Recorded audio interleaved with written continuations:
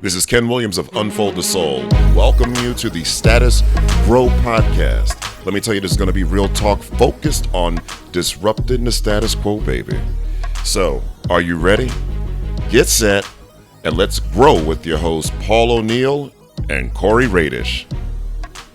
Oh, gotta thank Ken Williams for that introduction. I tell you, Paul, I can't get tired of listening to that introduction. It's just, I know I'm biased, and I said it last episode. It's got to be one of the best intros in current podcasts. I haven't listened to every one, so I can't say. But, Paul, as we come together again for this episode, if I can take a moment and just, we're both girl dads. And we talk a lot about our kids and how proud of them we are. We're recording this on a Wednesday, April 28th. And in a few short days, this coming Monday, my daughter is going to be a proud graduate of Arizona State University. And just real quickly talk about, why I'm so proud is this kid followed her dream of going to Arizona State. I went to a Solution Tree conference years ago, and she was about 7 or 8, and she came out, the family came out. And I went and did my thing, and I was listening to people like Anthony Muhammad and Mike Matos. And I came back, and they're in the pool, and I said, "Hey, how's your day, guys?" And my daughter, Ariel, says, "Daddy, I'm going to Arizona State." And you're like, she's 7 or 8. That's cute, right? All right, you're going to college. That's dads want to hear. That's cool. But middle school, same thing. I'm going to Arizona State. Okay, you got to get good grades in high school. Dad, high school, I'm going to Arizona State.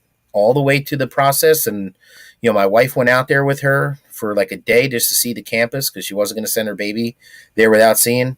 And lo and behold, 4 years later, she is going to be a graduate of speech and hearing science, looking to be a speech therapist, and, really, really proud. And speaking of college, Paul, tomorrow night is probably one of your most favorite nights of the year, which is the NFL draft. Looking at all these college prospects, thinking about how your Tampa Bay Bucks can get better and win another Super Bowl. I know you're jacked up about it. Tell me a little bit about what your draft day is like. Man, so jacked up. I got to go back first and talk about Ken's intro. And, I feel like royalty anytime we're introduced by him. We're both Yankee fans, so you'll appreciate this. I feel like when Derek Jeter used to walk up to the plate and Bob Shepard would introduce him, that's kind of how I feel when I hear Ken's voice. It's just legendary. So thank you again, Ken. And Corey, congratulations to you and your family, man. I've taken some of this journey with you, and you've shared Voxes from the road and pictures and stories of celebration and stories of concern and all that good stuff that we think about as girl dads, or really dads of any child. But what a special moment for you, and also coming full circle. Like, how cool is that? Your daughter says, "I'm going to ASU. I'm going to the home. It's the Sun Devils, right? Going to home of the Sun Devils." And she saw it through. So talk about having a vision and seeing it through. You've got to be so proud. Congratulations to you and your family. Enjoy those special moments. You got that coming up next week, I believe, right? Yeah, this coming Monday. I appreciate it, my friend. That's awesome, buddy. That's awesome. So, that might be a little Christmas day for you, a really special day. I know the draft for me, you mentioned it is Christmas Day. I'm so excited. If that's Christmas Day, then today's Christmas Eve. I'm so excited about our guests, which we'll get to in a minute. But draft day for me, has changed a little bit over the years. So I used to have a buddy or two over. We watched the draft. And now with, the coronavirus, being a thing, the draft has gone virtual, which has also kind of created some cool things because I get to hang out with more friends, than I might have in a typical draft year. So Buccaneers, don't get to say this very often, but they get the last pick in the first round, which is amazing. I decided I was going to wear my my Super Bowl edition Devin White 45 Get Live 45 jersey that came in just this week. Sweet. Super stoked about that, man. I figured I'd break it out on Status Grow here. I'm excited, man. I'm looking forward to seeing what the Buccaneers do with their picks. I'll be that guy that sits on the couch and unfolds and watches, from Thursday to Sunday. So I'm going to watch every pick and just enjoy it. Part of the draft process is bringing in talent, and aside from bringing in talent, you want to bring in leaders. You want to bring in people that are going to fit into your culture. You want to bring in people that are going to to lead and be positive influences. And it's just such a great segue to our guest, because our guest has been a leader in everywhere that he has stepped foot. He has stepped foot in the classroom. He was a leader from the classroom. He was a leader as an administrator in the building. He was a leader as a district leader. The guy's a speaker. He's everywhere. It's 9:15 our time, so it's 8:15 his time. He's burning the midnight oil with us. And I got to tell you, he had a long day, but you're not going to know it energy-wise. Like, this guy just lights up the room. I had the pleasure of meeting him at Rewire, Glenn Robbins' professional development session when he was out in Tabernacle. And this guy, Corey, I know you've been around people like this, so you'll appreciate it. He just lights up the room with energy, man, and just makes you want to run through the wall. He is the leader's leader. I'm so excited and so proud to introduce our guest for episode 4, Status Grow Nation. Please help me welcome Vernon Wright. Wow. I would go ahead and say, typically after an introduction like that, to please go ahead either by phone, by web, or by app on your phone. Check your bank app to go ahead and see when that ACH is going to come in from my account. No, just joking, folks. Just joking. The speakers for that were not compensated. But in all seriousness, man, what an honor, what a privilege to be with you guys. I was telling somebody earlier this week that when we get into circles, who's in your circle matters. It matters, folks. And one of my mentors said this, and before we even jump into it, folks, you do not come into a status grow atmosphere, ladies and gentlemen, unless you're ready to take notes. High tech, low tech, anywhere in between, because we're getting ready to go ahead and drop some good pro tips right here, folks. We're adding value more than the dictionary when it shows the word value in it, ladies and gentlemen. And here's one right here for you. We're just going to go ahead and jump it off. Can we go ahead and do that, gentlemen? Is that all right? Go for it. Let's Absolutely. go ahead and do that here real quick. And this is one of the reasons why, folks, you do not only want to listen to the Status Grow podcast, you want to subscribe to it, get notifications when they're going to put out new episodes, when they have new hosts or new guests that are coming on. You want to invite friends to come to it because of what a mentor shared with me many, many years ago. And here it is right here. Hopefully you're ready. If you're driving or operating heavy machinery, please do so later. Listen to it later. But if you're not and you're able to take notes, here it is right here. A mentor shared with me one day. He said, Vernon, and he's not the one that coined it, but he said, Vernon, your network is your net worth. Let me say that one again in case you folks didn't miss that. In case you missed it, your network is your net worth. So we have folks that are out there saying, you know what, guys, love Status Grow podcast. It's great. I love it. It elevates me every time. Status Grow is part of your circle. But you said, but you know what? You're not next to me. You're not 5 minutes down the road from me. You're not in my city. You may not even be in my state. But here's what I say to you is this. When I go around and I work with different client districts and work with different districts locally and do executive coaching, what I tell folks is this. I often ask them this question, what is community?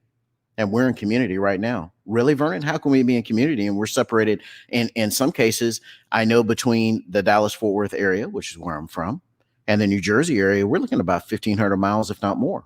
Okay. Community is simply this, a great place to take notes again. Common spaces, common values. And that's what brings us here to the Status Grow podcast. Ladies and gentlemen, what an honor, what a privilege. Corey, you can't possibly have the status grow moment in the first inning of the game. So I'm not going to call it yet, but your network is your network. My goodness. The funny thing is that I know you so well that I actually saw the little cloud above your head going status grow moment, and knowing that you were going to be like, I can't do it in the opening monologue. There's got to be something else. And I can tell you right now that having listened to Vernon and following him on Twitter and seeing, if you check him out and you see his videos, I would put my house up that there will be at least one more status grow moment. So go ahead, Paul. No doubt. And listen, Vernon's talking about keeping the notebook or the whatever device you take notes on handy. And this is going to be the one, folks. I got to tell you, he is the right leader. He is the real deal. So authentic. I met this gentleman in person, and not only got to sit through a session talking about leadership, but got to spend some private one-on-one time just connecting and talking, and it just resonates. You know what I mean? It was lessons learned, which is such a great segue into the first question that I have for you. We're so happy to have you here today, Vernon. So my question to you is, as we're living through the pandemic era, what lessons have you learned about leadership, and how has that shaped your mentorship of leaders in our industry? Another moment, folks. They gave you a little break to get yourself ready with your note-taking systems, low-tech, high-tech, or anywhere in between. And I'm getting ready to drop one on you right now. Typically, this is one that I share with clients, or when I'm doing executive coaching or my one-on-one life coaching, this is what I share with clients, but I'm going to give y'all a little inside baseball, right? To keep that sports kind of facet or sports kind of perspective to it. And I will be catching some of the draft as well. But simply it is this, a few things, but we'll start off with this. You cannot mandate innovation. Let me say that again. You cannot mandate innovation. So when we're in organizations and we're in our lives, personal and professional, and when I've coached clients and I've worked with districts and even in the roles of having been a teacher leader, been in campus leadership, been a part of district level support and leadership, what I've often said to folks is this: whatever it is that we're going to do that's great, it's going to be the end product, the byproduct of people coming together. And so one of the things that the pandemic has done is it has really pointed out that, you know what? The people that not only survive, but the people that thrive are the people that know how to connect with people, invite people into their story, go into other people's stories and learn about them and say, you know what? Love the work you're doing. Love the impact you're making. If you like the work I'm doing and the impact I'm making as well, we've got some spaces where we can have this S word, which is synergy.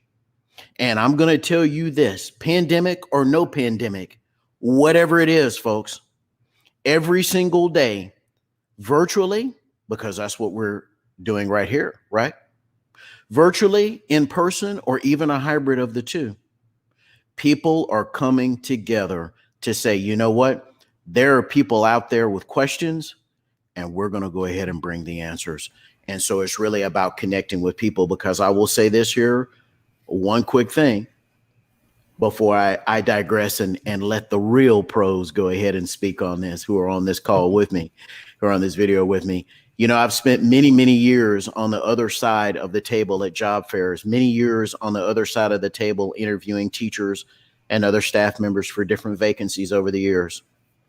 And what I've always told folks is this: everyone wants talent. Everyone wants the best talent, because guess what the best talent does? The best talent brings you the best ideas. It's just like the draft. Everyone wants the best talent because what do they think the best talent's going to do? They think the best talent's going to give them the best results. Wow. I'm not going to call it yet, Paul, but you can't mandate innovation might have to be one of probably many status grow moments that we're going to have on this episode. And Vernon, I love that, because in some of the work that I'm doing, I'm trying to push the narrative around transformation can't be based in accountability, right? We can't look at a test score and say, this is what is going to create innovation. It has to be done with building capacity and building connections, right? So it's connections over content.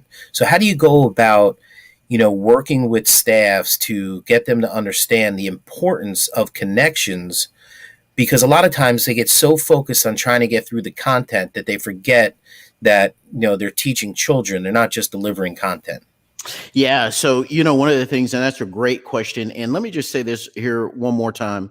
I can't say thank you enough for the opportunity to be in this space with not only you all here on the show and on the video feed, but really with your audience, whether you're watching this live, whether you're watching this by replay. What an honor. I just say thank you to everyone that is partaking of this. Really what we have done in the business is it's really time for us to be authentic with each other. We were talking about our good friend, Tom Murray, personal and authentic. Shout out to you, Tom Murray. We like you, my friend. You're a great brother out there. And thank you for everything that you're doing in leadership with Future Ready and everything else. But it's time for us to be authentic. And it's time for us to say that, in our effort to try to measure everything and to try to put a metric to everything, we've put ourselves in a box. And let me go ahead and say this for my friend George Kouros that is out there. Salute to you, George Kouros, as well. Dave Burgess as well. Those guys in education have done what? They have sought to not work inside the box. They've sought to get outside of the box. And guess what else they've sought to do? They've built their own boxes. So in the midst of trying to measure what we're doing, we've forgotten that, sometimes innovation is outside of your instrument for measurement. Let me say that one again. Sometimes innovation is outside of your measurement, your instrument for measurement. Sometimes it's outside of that. Let me give you an example. If I had a Lamborghini and the speedometer went up to 80 miles an hour, when it hits 80 miles an hour, is that the limit of the Lamborghini's capability horsepower wise? Absolutely not. But if the speedometer only goes up to 80 miles an hour, that's all that it can measure. So guess what I would be thinking? Well, all a Lamborghini can do is 80 miles an hour if I'm going by what the metric is. So what we have to understand too is not only can you not mandate innovation, in some cases, innovation is not always quantitative. Let me say that again, because there are folks that are saying, let's look at the data. What does the data say? The data is this. Quantitative data does not always tell you the story. And I'm going to drop another one here, right here, because I feel it so deep in my spirit and in my soul. And this is one of the things that I have told colleagues at different levels in leadership over the years. They would say, well, you know what, Mr. Wright, you know what, Vernon, I'm looking at the data on this screen. I'm looking at the data in this data repository. I'm looking at the data on this Excel spreadsheet, and it says da da da da da da da da da. And what I have to remind them of is this: every time you look at a number on a screen, there's a kid behind that number, and there's a kid's story behind that number. So rather than have us all sit around and bloviate and get involved in deep conjecture about whatever a situation is or whatever it is or whatever it isn't, learn the story about the people, because the numbers don't generate the people generate the numbers. Let me say that one again. The numbers don't generate the people generate the numbers. So when I learn how to connect with people and plug into people and have people say, you know what, Vernon, I love coming to work because I feel valued. I feel plugged in. I feel like I'm making a difference. I'm using my talents when I have people in that environment, for those of you that have followed Jimmy Casas, salute to you, sir, Culturized book, Todd Whitaker, we have seen him write so many books on school culture. When we bring school culture and we really return back to our roots and our foundational school culture about understanding community and people coming together around what did we say community was earlier? Common spaces, common values. When we get back to that and we have spaces where people say, I feel good about myself. I feel good about being at work. I'm excited to go to work. I'm excited to be around the people I'm around. I'm excited to work with the people I'm around. Folks, when you put together an environment like that, innovation and greatness and next strides and next levels, it's automatically going to come out of that, because when we reverse engineer and we look at great results in very much so truly authentic, high performing organizations, when we reverse engineer, what do we find out? We find out they're great environments. So if great environments are one of the prerequisites to next levels and achievement, what leaders need to be asking themselves right now is, hey, I need to go ahead and look at myself in the mirror. And I need to have a real, like I said and again, salute to George Kouros, like I said on his podcast, it's time for us to have a critical conversation, but it's not a critical conversation with somebody else. The first critical conversation we need to have is with ourselves. And we need to ask ourselves, before I ask teachers and staff members and whatever else, why don't we have X number of results? I need to ask myself as a leader, what's going on in my space? And is this space that I'm leading, is that a space that people want to be in? Man, there's just so much to unpack there. It's tough to begin, but I've got to say, one thing that stuck out to me a lot, and we know you're deep in the heart of Texas, and we're up in the Garden State in New Jersey, but you're speaking from the same heart and mind as Corey and I do, and it's one of the reasons why we wanted to introduce you to the Status Grow Nation. When you talked about there's a story, behind the numbers, that's so important. I think sometimes we get paralysis by analysis. We get focused on being brainwashed by the colors, of like who's proficient and who's, approaching proficiency, and who's in the green and who's in the yellow and who's in the red, and all that's important. It's a piece, but we've got to look at the real story, behind everything to make sense of it all. So it makes such great sense. Can I tell a quick story, guys? Is that okay? Absolutely, please. Let me tell a quick story to you guys. And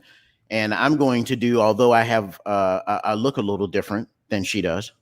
I'm going to do my best Brene Brown impression here and dare to lead and dare to be courageous and vulnerable and be authentic, right? Again, shout out to Tom Murray, Personal and Authentic. Go get the book if you haven't already. But, I had a moment, right? And I want to share this with the Status Grow Nation.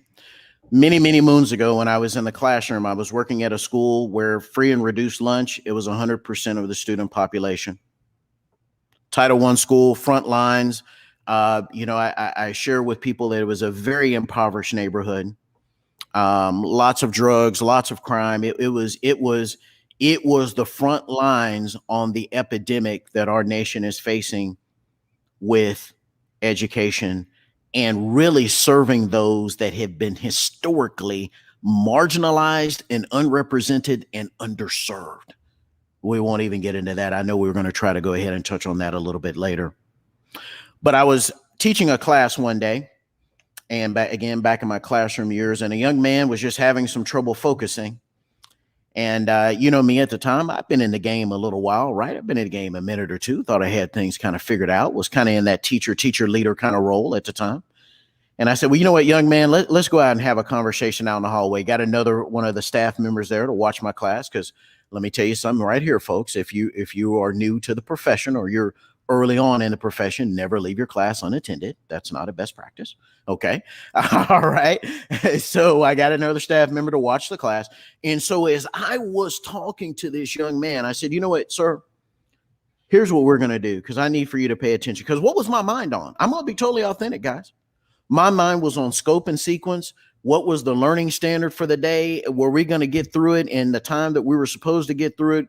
The way the pacing guide said, if it said a day, it couldn't be a day and a half. It needed to be a day. That's what my mind was on, right? And I caught myself slipping. And here's what happened, ladies and gentlemen. I was talking to the young man, and I said, you know what? I took my phone out. I took my phone out. And I said, you know what, sir? I'm going to go ahead and call your mom. Because what was in my mind? What was in my mind was, I call your mom. She has a conversation with you all. We return back to the learning, and we pick up right where we left off, right? That's what was in my mind. But let me share my epiphany moment right there in that hallway. I could take it to the school right now, this day. And when I pulled my phone out and I told the young man, I said, I'm going to go ahead and call your mom. The young man looked at me and he said, you know what, Mr. Wright, if you contact her and you reach her, he said, let me know, because I haven't seen her in 2 weeks. I didn't have an answer. I didn't have a comeback. I didn't have a retort. I didn't have some type of witty banter, some type of comeback. I had nothing. And right there in that hallway, again, I could take you to the place where that is here in the Dallas-Fort Worth area today. And I could take you to the very moment where I said, you know what, sir, please go ahead and return to class. And there for a moment or two, I stood out there in that hallway and I said, you know what, Vernon, you need to check yourself, because you've gotten so far into the standards and what the lesson is and how and what the formative assessments are going to be in the lesson. And you're expecting the kid to focus on that, and he hasn't seen his mom in 2 weeks. And that's when later on, as I got deeper into professional learning and expanding my knowledge base, I came into this concept. And many of you in Status Grow Nation have heard of this before. If you haven't, great place to take notes. If you have heard it, great place to take notes anyway, because it will be a refreshing for you. And that's when I came into really this term. And the term was this: Maslow's before Bloom's. And I started to really understand in a real world situation, not in an article I was reading, not in a graduate level class that I was in, but working with these kids up front and center in neighborhoods that a lot of people didn't want to go to. They didn't want to teach in, but I wanted to be in those neighborhoods. Kids whose parents were incarcerated. I wanted to be in those neighborhoods to make a difference. I wanted to be, and I had forgotten. Share another quick story real quick, and then of course we'll move on. I had another young man, and he and I kind of bumped heads, over the course of a year. And, he would always kind of tease me. I would kind of tease him. It was in fun. Right. And I just thought, you know what? You're like my school son. How many of you know out there that are listening, you have kids at school as well as maybe kids you have at home. Right. And so he came into class one day and he said, "Mr. Wright," he said, "I'm leaving." And I said, "Leaving to go where?" And he said, "I'm leaving to go transfer. We're going to another school. My family's moving to another city or state." He said, "Here's a note for you." He gave me a note, right? Gave me a little note. He said, "Here's a note for you." And I said, "Okay." He said, "But you have to promise me something." "Yeah, sure. What is it?" He said, "You have to promise me you won't read it until, you're in your car and you're getting ready to leave the school, in my car in the faculty parking lot." So I said, "Okay, you know what? It's cool." Cause what I thought, I'm going to do my best Brene Brown again, right? What I thought was, this kid on this note is going to light me up. "Mr. Wright, you were this, and I didn't like it when you did it." I thought he was going to do that, right? Get out to my car, open up the note. Because what was my game plan? My game plan was, I'm going to open up the note. He may have said something kind of off to me, and I'm going to drive home, and I'm going to decompress from that, right? Had a totally different experience. Open up the note. He said some different things. He hated to move, so forth and so on. And at the very end, he said this. He said, "I know, Mr. Wright, we have bumped heads." He said, "But I just want to thank you because you're the father I never had." And I cried. And now I'm going to tell you guys, if you guys have seen some of my pictures on Instagram. So I'm like, I'm kind of, I call myself being kind of swole. But so I was sitting there in my car and I broke down. Because we forget as educators, we think, oh, nobody's listening. I don't even think my dog at home is listening to me, or my cat at home is listening to me, right? And you have a moment like that tells you this is why you're in the business. Yeah, I mean, that is, so unbelievably and incredibly powerful. And I'm going to touch upon something. Yeah, you didn't really use the words, but I'm going to touch upon grit and resiliency and how it's misused in a second. And I kind of want to share, something similar along those lines when you have that epiphany moment, with kids. And I remember, taking over as a building leader and asking the VPs, the counselors, who are your top 3 high flyers? Mm-hmm. I want to meet them. I want to get to know them. Mm-hmm. And I asked this question, Vernon. I asked this question of those kids. I said, "What are the expectations of you from the adults in this building? And be honest with me." And they said, "That's easy, to fail." That's so powerful. And when I still get kind of shivers, and people can say that's hokey or whatever. I don't really care. Right. It's something that makes you start to well up to think that as adults, we are projecting failure onto children, and for what reasons? A lot of it is usually we just don't believe in our own abilities.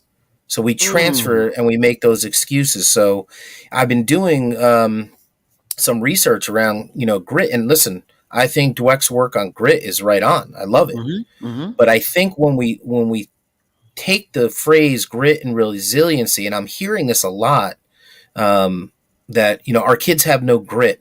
They don't have resiliency. Well, where? You mean in turning in an assignment, they don't have grit? or they didn't write 5 paragraphs, they only wrote 3, so they don't have literacy grit. Like, what do you, like, the kid that you're talking about hasn't seen his mom in 2 weeks and comes to school, right? Now he's got me going, Paul. I had Right? another young man, and before I tell you what this is, my late father was in law enforcement for over 30 years and rose up through the ranks, and one day was police chief. So before I tell you this story, you'll understand while I'm telling you that story why I know what I knew in this story before I get there, right? Because I want to make the premise known. Mr. Wright is felony free. I've not done anything against the law. All right, okay. So one day I'm in class, and and my father had worked with the DEA here in Dallas as part of the Dallas-Fort Worth Joint Task Force, so forth, so on, right? Many years ago. So one day I'm walking by a young man in class, and I smelled an odor. And I said, you know what? Let me talk to you outside. And again, had another staff member watch the class, because again, folks, we do not leave kids unattended. Okay, that's not a best practice. Not safety first. That's what they told us in principal school and graduate school. Safety first always, right? So I'm talking to this young man, and I said, there's a smell. That's an unusual smell, and I couldn't really pinpoint what it was, right? And this is talking about the grit and resiliency. So stay with me, folks, for just a second. And as I'm talking to him, the scent hit me. And I said, I know exactly what that is. And right when I get ready to say something, he could see my nonverbal cues. He said, hang on, Mr. Wright, before you say anything, please don't turn me in. I don't want to go to jail. He reeked of marijuana. Now, of course, I can't, go into the disposition of what happened in that story, but I will share this. He said, you know what, Mr. Wright? He said, I have to tell you what's going on. And I said, please tell me right now, because this is a situation, right? This is not theory. This is a situation. And he said, well, Mr. Wright, he said, the only way I can get to school is to get a ride with somebody in the community. I said, okay. And he said, and when I get a ride with someone in the community, every morning that person smokes marijuana in the car. Now, here's a young man. I had another epiphany moment. Here's a young man that the only way he can get to school is up to that time was someone that was involved in illegal activities driving him to school. Okay. And we think about grit and resiliency in really this vacuum. And I want to give another shout out to my friend Ken Shelton, because Ken Shelton speaks about this quite often. Ken Shelton, D. Lanier, Brian Romero Smith, those guys out there, Liberated Educator podcast, phenomenal guys. But Ken Shelton really is kind of the point person that has talked so often about how grit and resiliency, we've really looked at those in a vacuum, almost in kind of a silo, because we've not looked at the other conditions that are happening in someone's environment. And so grit and resiliency for one person in one environment can be totally different than grit and resiliency for another person, depending upon what environment they're in. So for us to just say in kind of absolute terms, this is what grit and resiliency are, I think it's a little disingenuous, because it doesn't honor and recognize where a person is. So we're not quite in alignment, because we will say grit and resiliency, and maybe in almost kind of in absolute terms, but then we'll turn around and say social emotional learning, understand the student's current context in their life. So it's kind of like, which one is it, right? Well, we know that we have to understand from the SEL perspective, the student's current context, and then whatever grit and resiliency are, that those definitions have to fit within the student's context. Why is that, Vernon? Because that's the student's life. That's the student's world. As I listen to you talk about it, it reminds me of that image where success is being alluded to, and it's an iceberg, you know what I mean? Or it's crisscross lines. It doesn't necessarily look the same way for every person, their journey, their success, their resilience, their grit. You mentioned a word before. You talked about vulnerability, and I think that's such an important word, because it often has a negative connotation, so I wanted to bring you back to the leadership fold of the conversation for a second, because you work with so many leaders and you've been a leader in so many ways. But how do you propose finding a balance between being vulnerable versus not being too vulnerable when you're providing leadership, coaching, or mentorship? The first thing a lot of leaders need to do is, and I tell on myself, because when I was an aspiring administrator many, many moons ago, shout out to the American College of Education @ACE EDU, ACE EDU, or ace.edu as well, if you find them out there on the internet. Shout out to President Landry and everyone else there that's a part of ACE. But when I first got into the profession and I was going through, principalship school, aspiring leadership school many, many moons ago, I was really focused as a leadership, as an admin intern, right? Because down here in Texas, you have to be a leadership intern before you can be certified by the state in order to be, actually officially in leadership. So I was in my internship, and for being a leader. And I was so focused on trying to find out what were the identities of other people that were on the staff, right? Because that was my whole thing of, okay, well, how's this person, how's that person, and however they are, then that's going to dictate kind of however I approach them, right? And there was great value in that, right? Great value in that. But in terms of really going to the next level and being vulnerable, what I had to understand was, just as much as I was asking who these staff members were, watch this, folks, another great place to take notes, I had to go ahead and ask myself, who is Vernon Wright? Who is Vernon Wright? Because here's the thing. Once I really had, and again, shout out to George Kuros, Innovators Mindset Podcast. Go back and watch that one where we did that podcast on, it's out there on YouTube, on therightspeaker.com. You can find it there on the video playlist as well, where we were talking about having a crucial conversation with yourself. So I had to understand who I was. Once I understood who I was, then I could start to really understand who the other people were. Because watch this, another great place to take notes. When I came into community, again, what's community? Working definition. This is what I say. Common spaces, common values. When I came into community with staff members about whatever it was we were working on, whether it was at the grade level, at the building level, at the district level, whatever it was, right? Inside of the state of Texas, outside of the state of Texas, what I knew was this: my reputation and my integrity as an educator was based in large part on whether I was authentic with people. So if I came in, and I'll never forget this, I was coaching a leader one time. We were working on some different things. And so I said, you know what, as you do in coaching, right? You're coaching a leader, and you not only are talking with the leader, you're wanting to have conversations with the other people that the leader oversees, right? Because you want to get an understanding of the whole organization, right? And I was talking to this leader one time. I was coaching this leader, and then I was coaching and talking with some of the people on the staff. And so I asked some of the people on the staff, I said, well, what do you think about XYZ situation? And you know what they said to me, guys? This is a great place to take notes.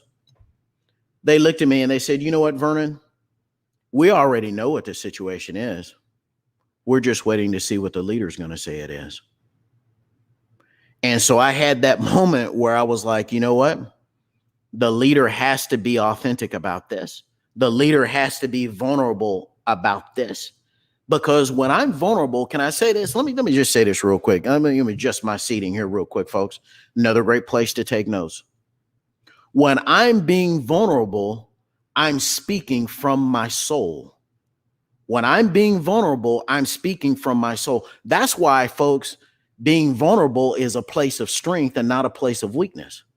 Because in my soul, if I'm certain over who I am, and how many times have we heard of the phrase leading with conviction? If I'm leading from conviction and that's at the foundation of my soul, when I'm being vulnerable is just a euphemism for what? Sharing my story. And if in my soul, I have a good foundation for leading with conviction and leading with intent, that's a whole nother thing I tell you guys about. as a secret, as a pro tip for leaders out there, whenever you're leading folks, always tell people what your intent is. Always tell them that. Always tell people what your intent is. But if I come across and I don't share in a way that's authentic, because again, being vulnerable is what?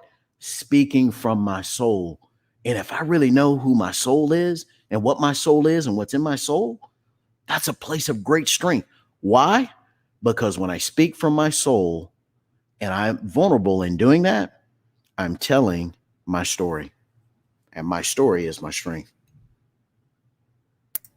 Yeah, undoubtedly. I think that, to truly lead, you have to be vulnerable, because you have to be able to have self-reflection that allows for your growth, right? So as a leader, if you can't emulate your own self-reflection and growth, you can't lead others to that as well, right? Because you're always gonna think, right? You're always gonna think it's one way, and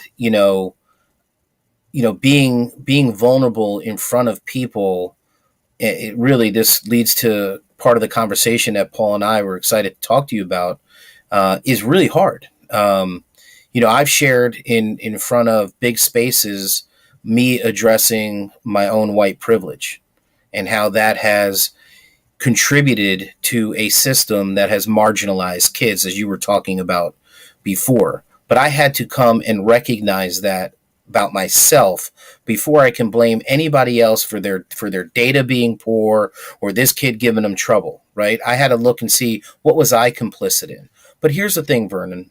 In the experiences that I've had with several leaders, several administrators of color, there's this idea out there, that leaders of color, that black and brown administrators, are so comfortable talking about equity, talking about race, talking about bias, because predominantly white people think they've experienced racism, so therefore they should just be able to have a conversation, and it doesn't cause discomfort, where that does. I know several black principals who lead predominantly white staffs that really want to get entrenched in this equity work, anti-racist work, but it is very difficult to come across as authentic, or they feel, they have this perception they're not going to come off as authentic. So they are uncomfortable in having those conversations.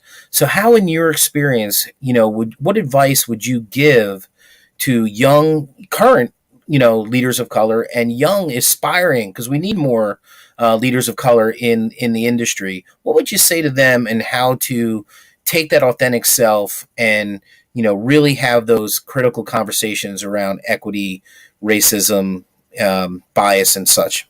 Yeah, a few things, right? And a great place to take notes, folks. I'm not going to pretend to have all the answers in total, but there are some things I do want to share with you that I think will really help us all advance here in community. Again, community, common spaces, common values. The first thing is from my friend Dave Burgess, and he always says this: read wide, live wide. Read wide, live wide. From Dave Burgess, read wide, live wide. So in other words, I, as a leader, I really have a moral obligation. There are 3 levels of leadership. I say 3 levels of leadership. And I'm going to go ahead and just drop this other pro tip for you all. There's a leader of self, there's a leader of others, and there's a leader of leaders. Okay? Leader of self, leader of others, leader of leaders.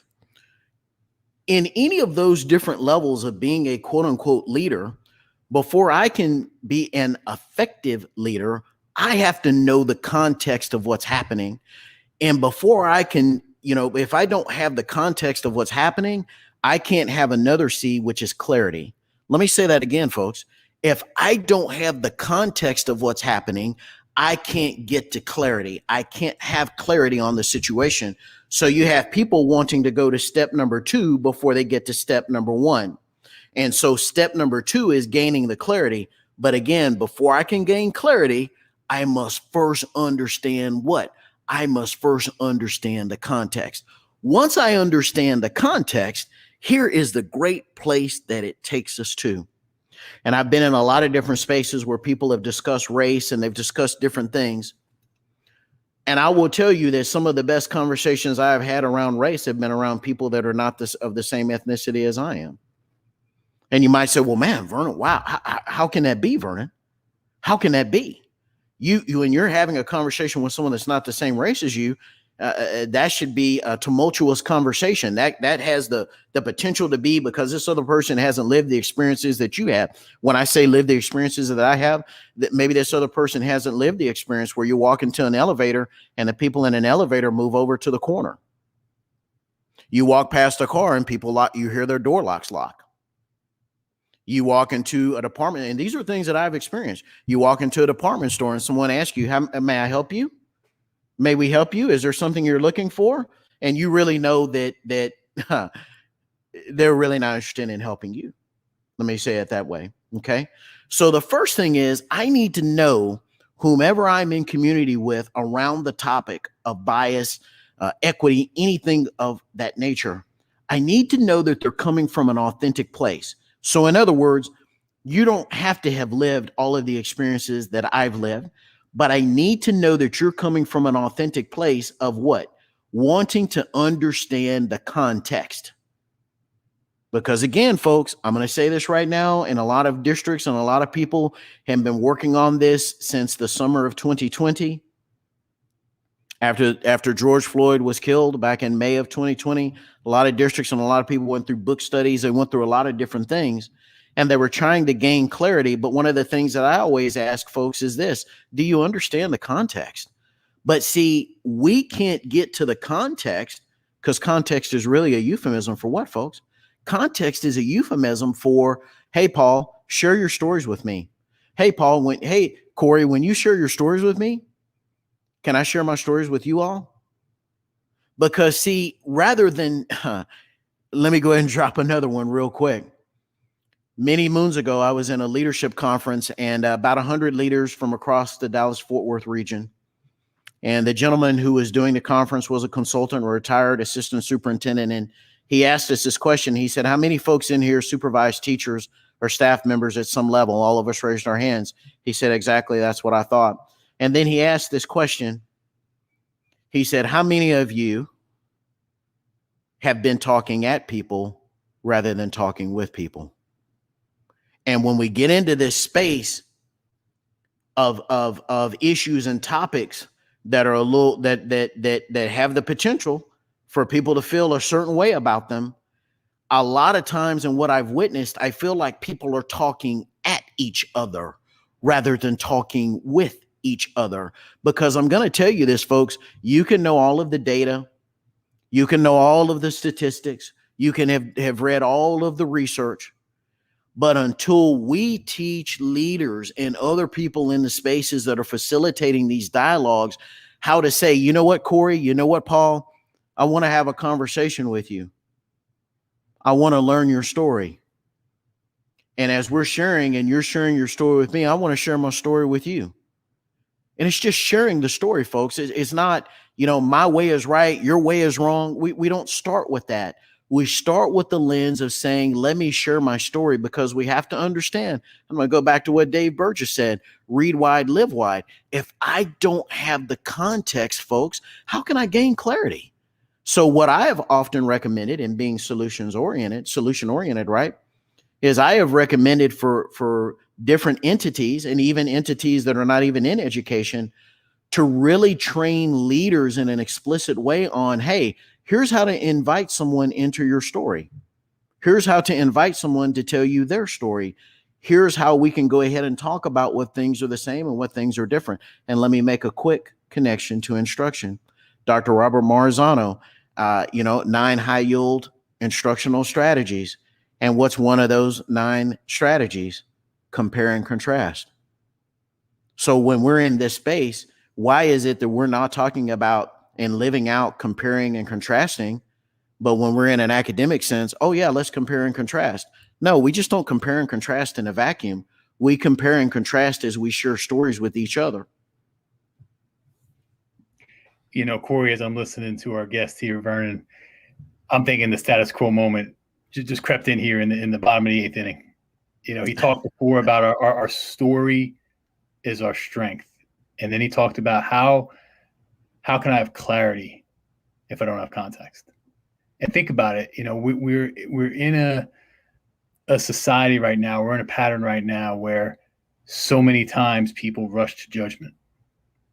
They rush to judgment, they react to situations, and sometimes without having the facts, sometimes without having the context.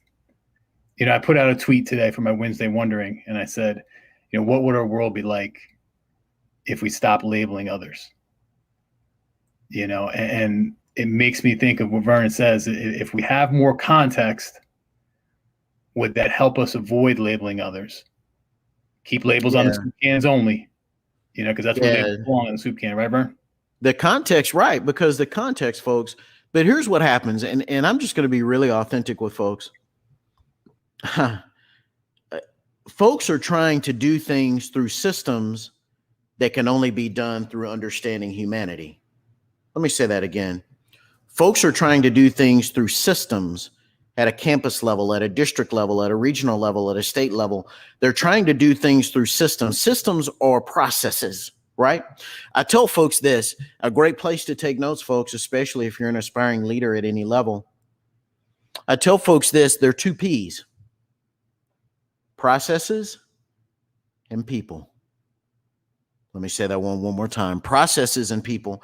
And I know there are a lot of different people at different points in their career that have different levels of experience in education. And I know that I'm confident there will be people that will listen to this that are not even in education. But whatever it is that we do that's making an impact, folks, and I'm oversimplifying on purpose, it comes down to those 2 P's, processes and people. But I can't take processes and try to have that supplant the people piece. Because whatever the processes are, folks, I don't care if it's on a flow chart. I don't care if it's in a Google slide. I don't care if it's in an Excel spreadsheet and a Word, whatever it is, right? In some kind of large chart on a wall. I don't care what it is, folks. People make that happen. So if there's a situation where people have experienced something, let them share their story. Because my story is not the totality of everything that has happened in humanity. So that was the whole thing about me sharing about Dave Burgess, read wide and live wide. That's the reason why we travel, folks. Pre-pandemic, that's the reason why that's why we have passports. That's why we travel. That's why we go to different states. That's why we go to different cities. That's why we go to different countries, because we understand that there's a greater world. So when we talk about topics like this, are we really saying to ourselves, hey, there's a greater world here? Do we know what that greater world is? Do we, and just being very authentic with ourselves, do we know that? Do we really have context? Do we really understand everything that's happening? Because if I move to clarity, and I'm going to relate this back to the school leadership business, many, many moons ago, we were working on a campus improvement plan at a school that I was at, that was part of leadership. And one of the things I learned was this, as we were working on that campus improvement plan, if we had not really talked to the staff members and had been in those classrooms and had observed instruction and understood what was really happening at that campus, our campus improvement plan could address something that wasn't even a problem. Yeah, I mean, Paul said that you were going to bring it. I tweeted it out. I have a page full of notes, Vernon, and I got to just touch upon, before we let Paul give you some final words and let Paul take this home. First of all, I love the compare and contrast statement that we teach this as a skill for students, to be proficient in literacy, right, and being able to do that. But we can't compare and contrast our own stories, which really is about humanity. And it really goes to, to the issue at hand that, we don't understand each other, and we don't seek to understand each other. So therefore, I saw a great quote one time that says, the more we don't find out about somebody, the more we make up. Right. And, and taking it back to your opening, to be honest with you, and you were talking about there was a lot of book studies after George Floyd, and, equity councils were created. And all I heard you saying through that is you can't mandate innovation. And sorry, you want to be authentic. You probably hear my dogs crying in the background, but you can't mandate innovation. And that innovation is also our mindsets. how we change our mindset around our perceptions, our predispositions, understanding our own bias. So I think equity councils are great. I think book clubs are great. But if you're using that to mandate change in a way that is not authentic, you're just checking a box. And Paul knows how I feel about checking a box. So, Vernon, any final words before we let Paul take us home here? Yeah, let me say this, and speaking to what you just said about, the mandate part, and so humbled and honored to be with you guys. You all are so gracious. Your audience, great audience, great podcast, great show. Folks, if you're not connected and you would say, you know what, Vernon, I just happened to come across this, saw it. I'm not even subscribed to the podcast. Didn't even know the podcast existed. I just came across it. Subscribe to it now and tell 10 other friends and 10 other educators, 10 other people that maybe aren't even in education. Pay it forward, right? And I say this, one of the mistakes leaders make, and I hold my hand up because many, many moons ago, I made the mistake. I tried to solve things of the heart with things of cognitive processes, but I had to understand that things of the mind and addressing things of the mind were not the same as addressing things of the heart. And I understood that once I touched someone's heart and I reached someone's heart, then I could change their mind. And so I just want to say this out here to a lot of the educators, leaders, everyone that is out here watching. Again, 3 levels of leadership: leaders of self, leaders of others, and leaders of leaders. The work that you're doing right now to make an impact, are you working to just change the mind? Or are you working to change the hearts of the people that you lead? So well said. I don't even know how we could add to that to make it any better. Folks, I got to tell you, I know you're going to be hungry for more. That's the message that Corey's dogs were sending. They were hungry for more as well. They were listening along. But I got to tell you, if you want to know more, if you want to see more, you want to see this man in action, make sure you follow him online at The Right Leader. Make sure you go to his website, therightleader.com. We got it at the bottom of the page here. This is somebody that is worth following, that has so much more to offer. This time went by so quickly. We're so thankful to have you joining us today, Vernon. And we can't wait for the release. Corey said we'll get this out nice and soon. So Status Grow Nation will be able to distribute it amongst their network. We'd like to thank everybody for listening along during episode 4. And make sure that you stay on the lookout for details of episode 5 coming soon. We'll see you guys. The honor and pleasure is all mine. Thank you very much. Take care. Thank you, buddy. Thank you for listening to the Status Grow podcast. Please hit that like button and subscribe. If you want to follow the show on Twitter, it's @_Status Grow. And if you'd like to follow the host on Twitter, it's @PaulO'Neill1972 and @CRadish_WC.